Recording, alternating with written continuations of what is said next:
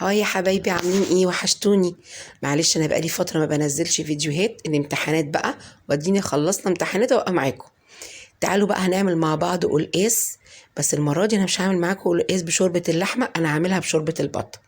تعالوا يلا عشان ما اطولش عليكم الفيديو اقولك انا عملت ايه. بس قبل ما نبدا يا ريت ما نعمل لايك وشير وسبسكرايب وفعل الجرس عشان يوصلك كل جديد مني. بص انا عندي هنا بطايه منضفاها حلو جدا، كنت منقعاها في محلول الملح لمده ساعتين.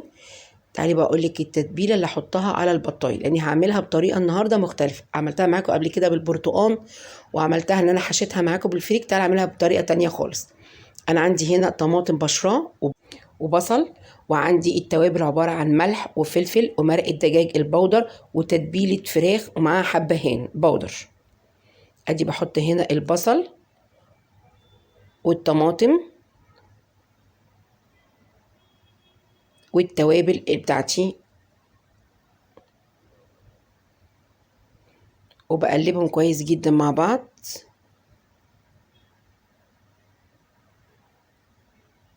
بعد كده انا بجيب البطة واجيب البصل احطها في البطة من جوه، اتبل البصل كله جوه البطة بالشكل ده كده. بص البطة نضيفة ازاي، على فكرة محلول الملح ده جميل جدا، يا ريت تعملوه في اي حاجة وفي البط او الفراخ عشان الزفارة. بص انا بحطها برضو ايه من بره وجوه كده. هنا بقى انا سبتها جوه التتبيلة شوية في التلاجة. بعد كده انا عندي هنا حله هسلق فيها البطه، بس بحط معاها ايه بقى؟ جزر وبصل وطماطم وشرايح ليمون، علشان البطه الشوربه بتاعتها بتبقى تقيله. لما تحطي الحاجات دي مع الشوربه اولا بتديها طعم حلو قوي، ومتبقاش تقيله معاكي، بيبقى طعم الحاجات دي كلها موجوده في الشوربه. بعد كده التوابل بتاعتها بسيطه جدا، عباره عن ملح وفلفل وجوز الطيب ومرق الدجاج البودر، وتتبيله برضو تتبيله الفراخ ومعاها حبهان بودر. تبقى بالشكل ده واسيبها بقى لغايه ما ايه تتسلق معايا. تعالوا بقى نعمل. ادي دي شوربه البطه، بصي عامله ازاي، مش سمينه قوي لان شوربه البطه بتبقى سمينه جدا. عندي القلقاس قطعته ومنضفاه حلو جدا عشان ما يعمليش ريمه.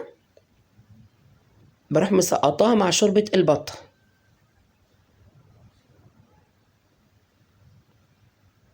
انا طبعا صفيت الشوربه من كل الحاجات اللي كانت فيها، الطماطم والبصل والحاجات دي. السلق بقى بتاعي سهل جدا، وانا بعمله مش بعمله في الخلاط خالص. بعد ما بغسل السلق ومعاه حزمة الكزبرة، بروح مقطعها بالشكل ده وبسيبها على النار. اول ما المية تنشف بتاعة الخضرة بحط معلقة كبيرة من السمنة. على فكرة ناس كتير قوي بيقولي مش عارفين نعمل السلق، سهل جدا والطريقة دي حلوة قوي قوي وبسيطة ومتاخدش معايا وقت كمان. بعد ما احط معلقة السمنة بقلبها واسيبها مع نفسها لغايه بس ما تخروش معانا. هوريكي برضو ازاي. تعالي بقى بعد ما البطه اتسلقت، انا هقولك على تتبيله حلوه قوي تحطيها بره في الجلد كده، في ناس بتحب الجلد، ان هيديكي طعم مسكر فيها. معلقه من الكاتشب ومعلقه من الدبس الرمان، واقلبهم كويس، ومعلقه من الكاري الحار.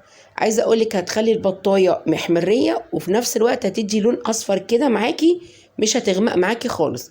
وطعم الجلد اللي بيحبوا طبعا الجلد بتاكلي الجلد مسكر، فعلا جميله جدا. اعملي بس التتبيله دي بعد ما البطه بتتسلق. باجي باخد التتبيله دي بحطها على البطه من فوق كلها كده من كل الجوانب، وبشغل الفرن مجرد بس تديني اللون. عايزه اقول لكم انا من ضمن الناس اللي بتحب الجلد، هو طبعا غلط بس انا بحبه، وطعم الجلد بيبقى مسكر جدا وطعمه حلو قوي. بقلبها وبدهنها كلها بالتتبيله دي، بالكاتشب وبدبس الرمان. بشغل بس عليها الشوايه. بصي هنا بقى السلق بفضل اعمله لغايه ما يخروش معايا بالشكل ده كده. عايزه اقول لك بقى ريحه السلق بالكزبره كانت خطيره جدا.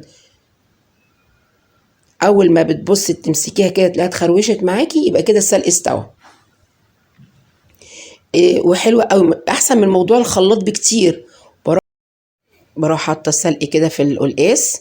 عايزه اقول لك لونه بيبقى مخضر وحلو قوي وجميل جدا جدا، وريحته بقى حكايه. بص بروح حاطاه على الشوربه بتاعتي بالشكل ده كده. شوفوا ما بياخدش وقت خالص. وعلى فكره ممكن ناس كتيره قوي بتروح عامله نفس الطريقه كده بالظبط، واول ما بيبرد بس تعمل بقى كميات بتحطه في الفريزر. ادي القلقاس خلص معايا اهو، بصي شكله عامل ازاي وريحته بقى كان جميل. وادي البطه حطيتها في الشوايه، اداني اللون ده جميل جدا وطعمها طبعا حلو. ادي بص القلقاس خطير ومستوي معايا. ويا رب يكون الفيديو عجبك النهارده، ولو عجبك الفيديو ما تنسيش تعملي لايك وشير، والف هنا وشفا.